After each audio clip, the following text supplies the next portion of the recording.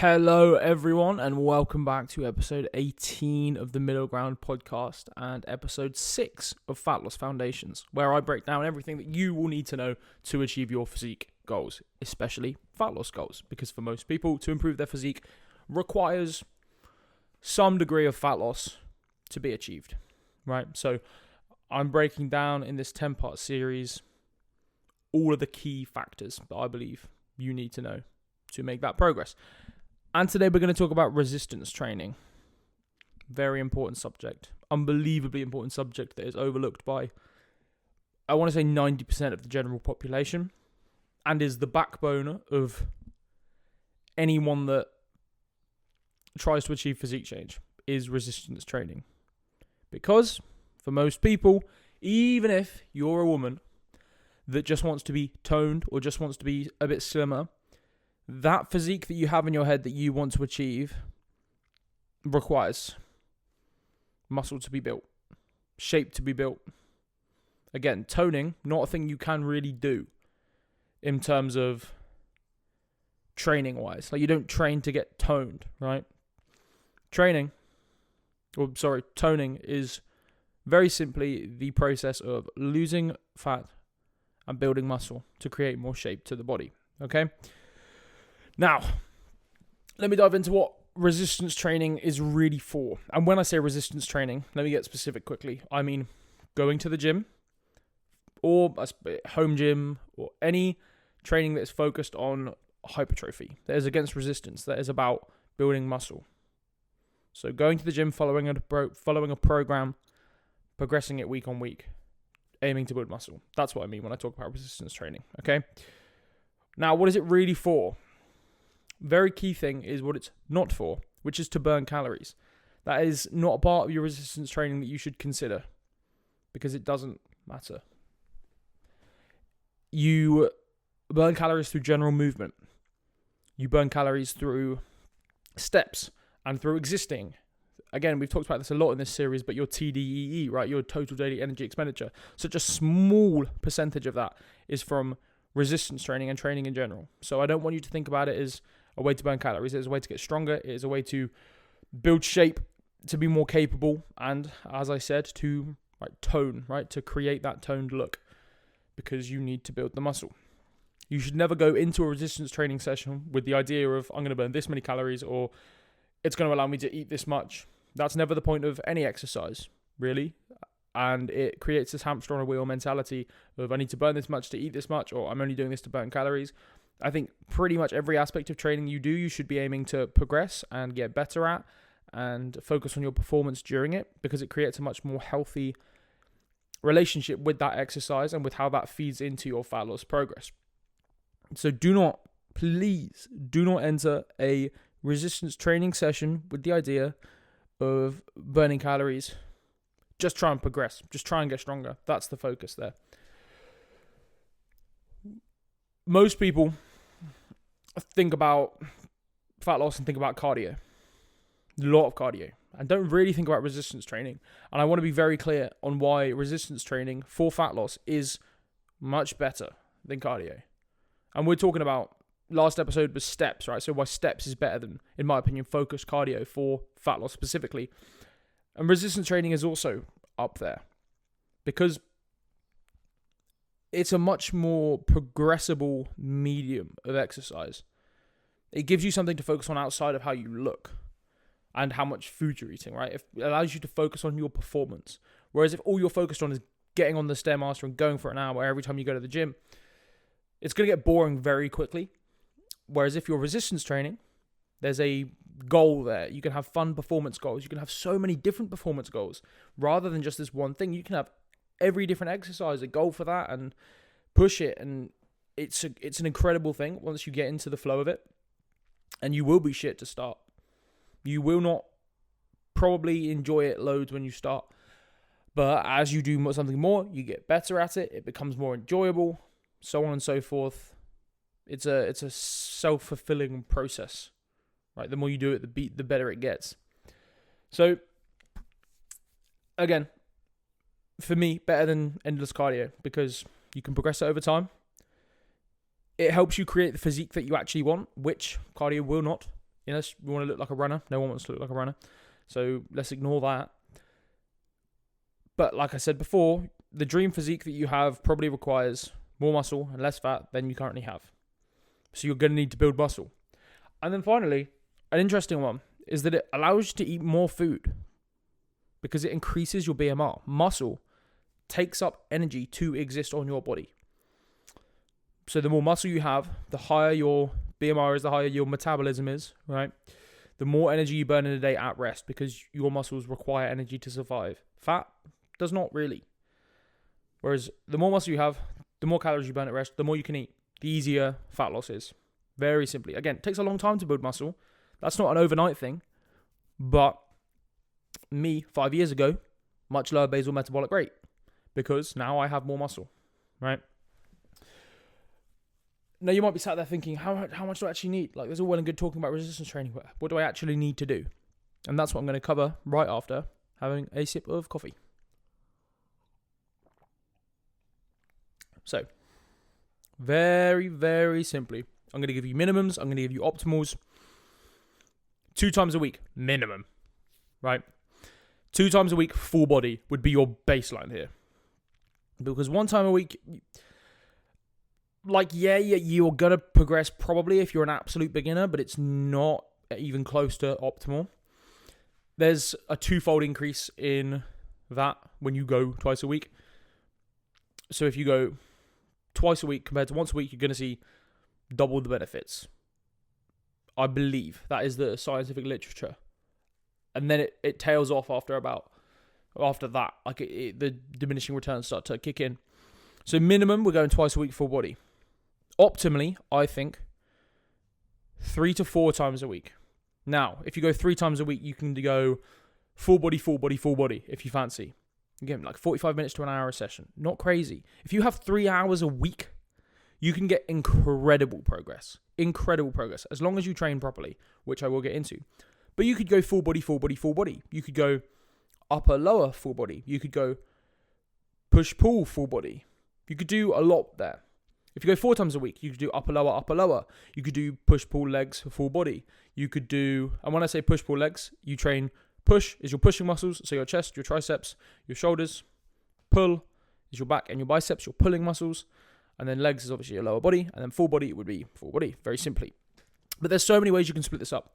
Now, I don't recommend going over 5 days a week.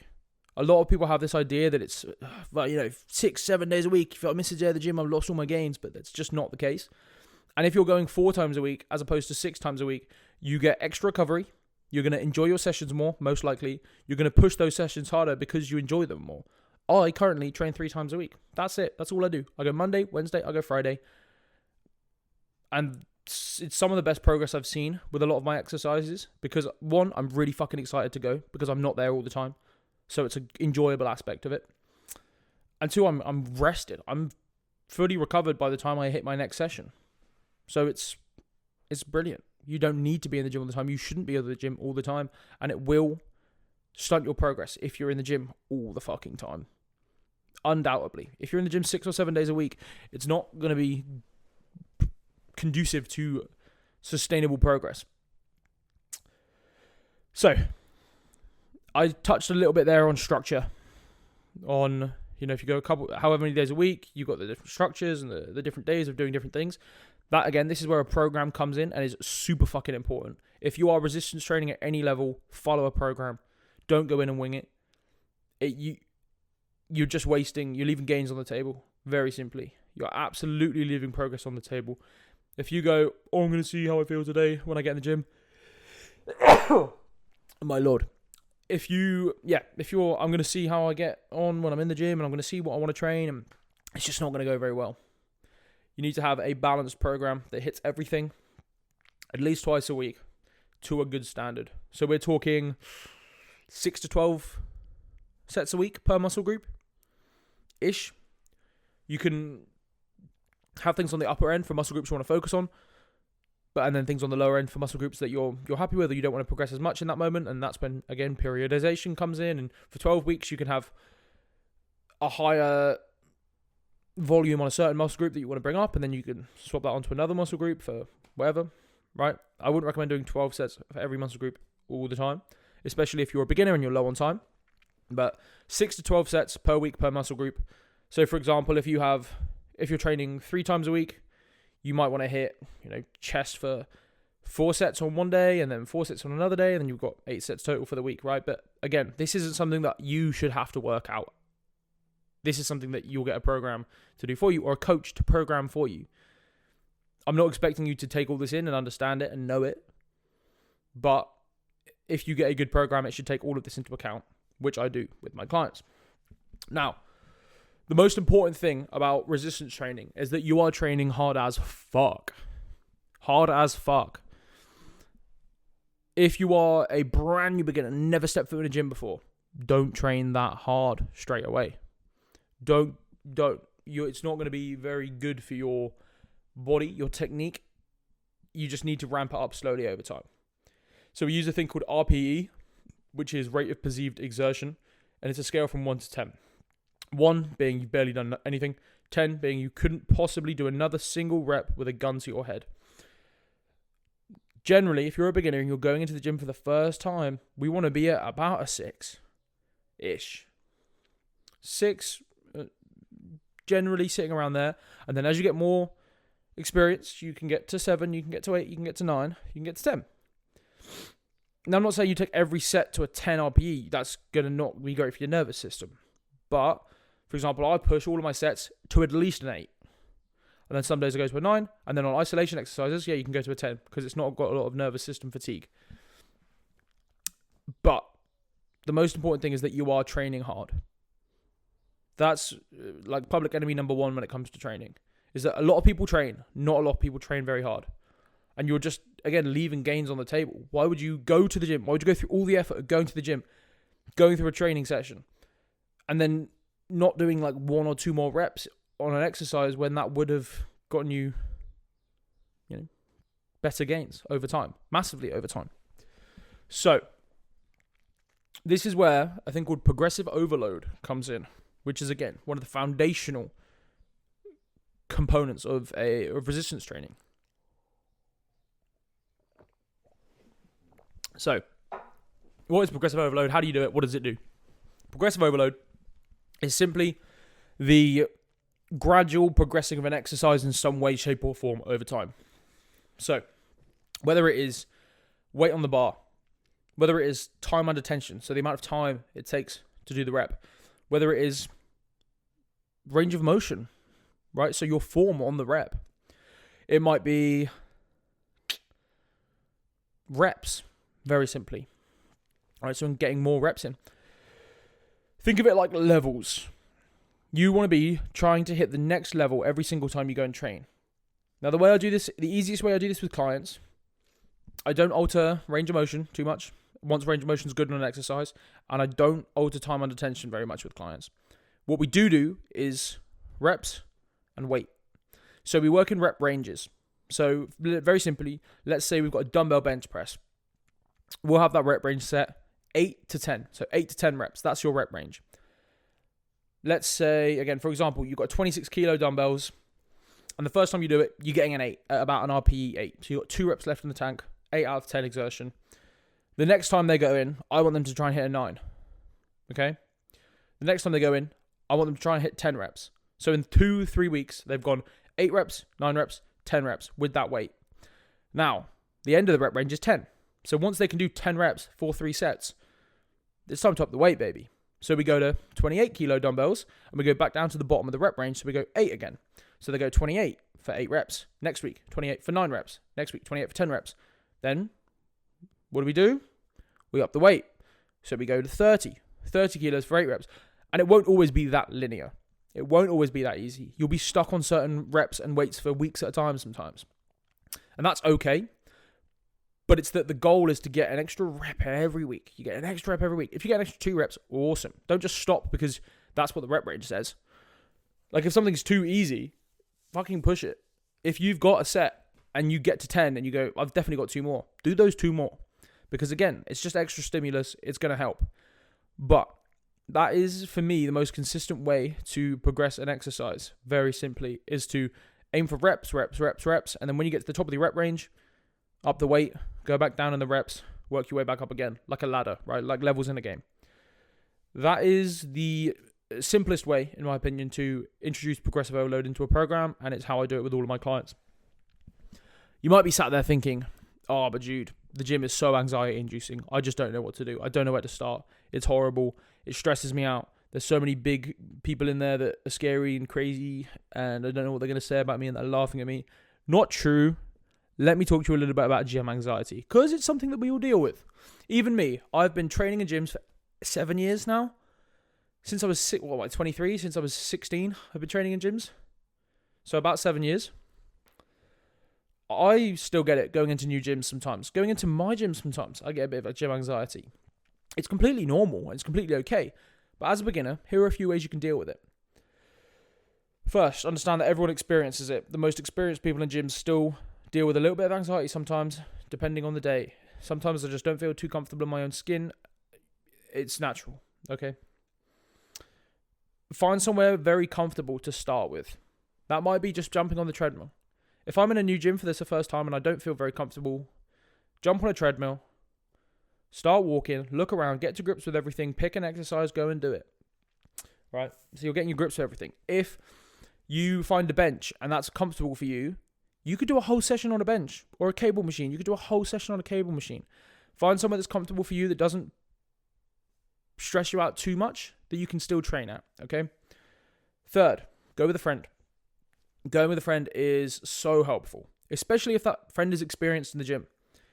For example, I'm taking my brother and his girlfriend to the gym this weekend because they don't know the gym very well. It's a little bit stressful for them. I know the gym very well.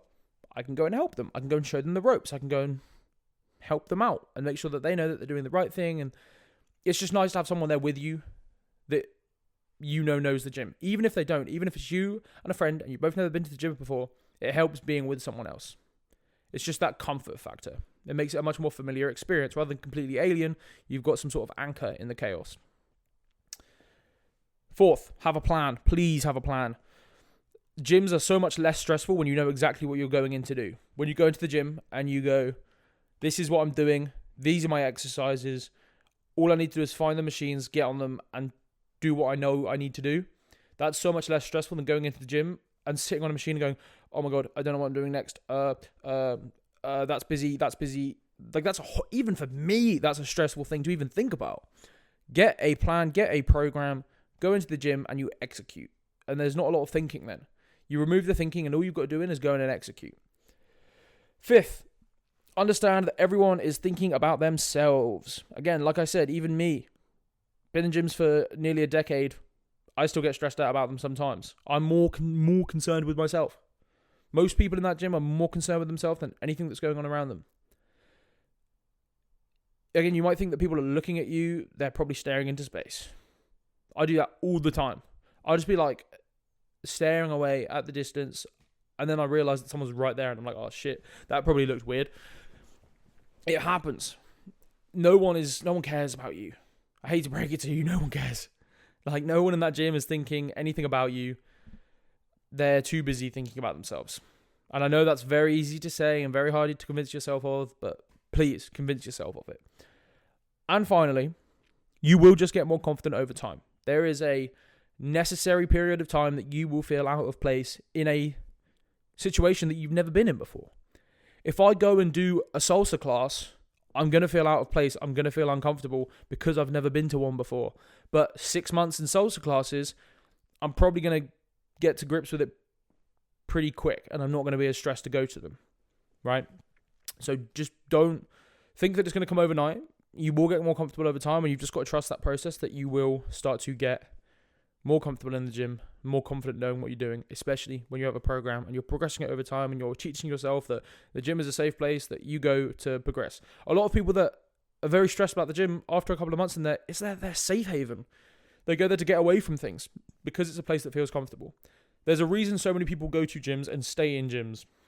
And it's because once you get to grips with them, they do feel very safe and they feel very like cozy almost, I suppose. They become a third space, become a place to go and hang out and do the thing that you enjoy to do. That is more or less everything. So let me give you a quick overrun. If you want physique change, you need to be resistance training. To be resistance training, you should have a program. You don't need to go any more than 4 times a week. You should be going 2 or more times a week. Get a fucking program that fits those days. I will leave my beginner program in the description of this. It'll be a 3-day, I believe it's a 3-day full body program or a 3-day upper lower full program. I'll leave it in the description.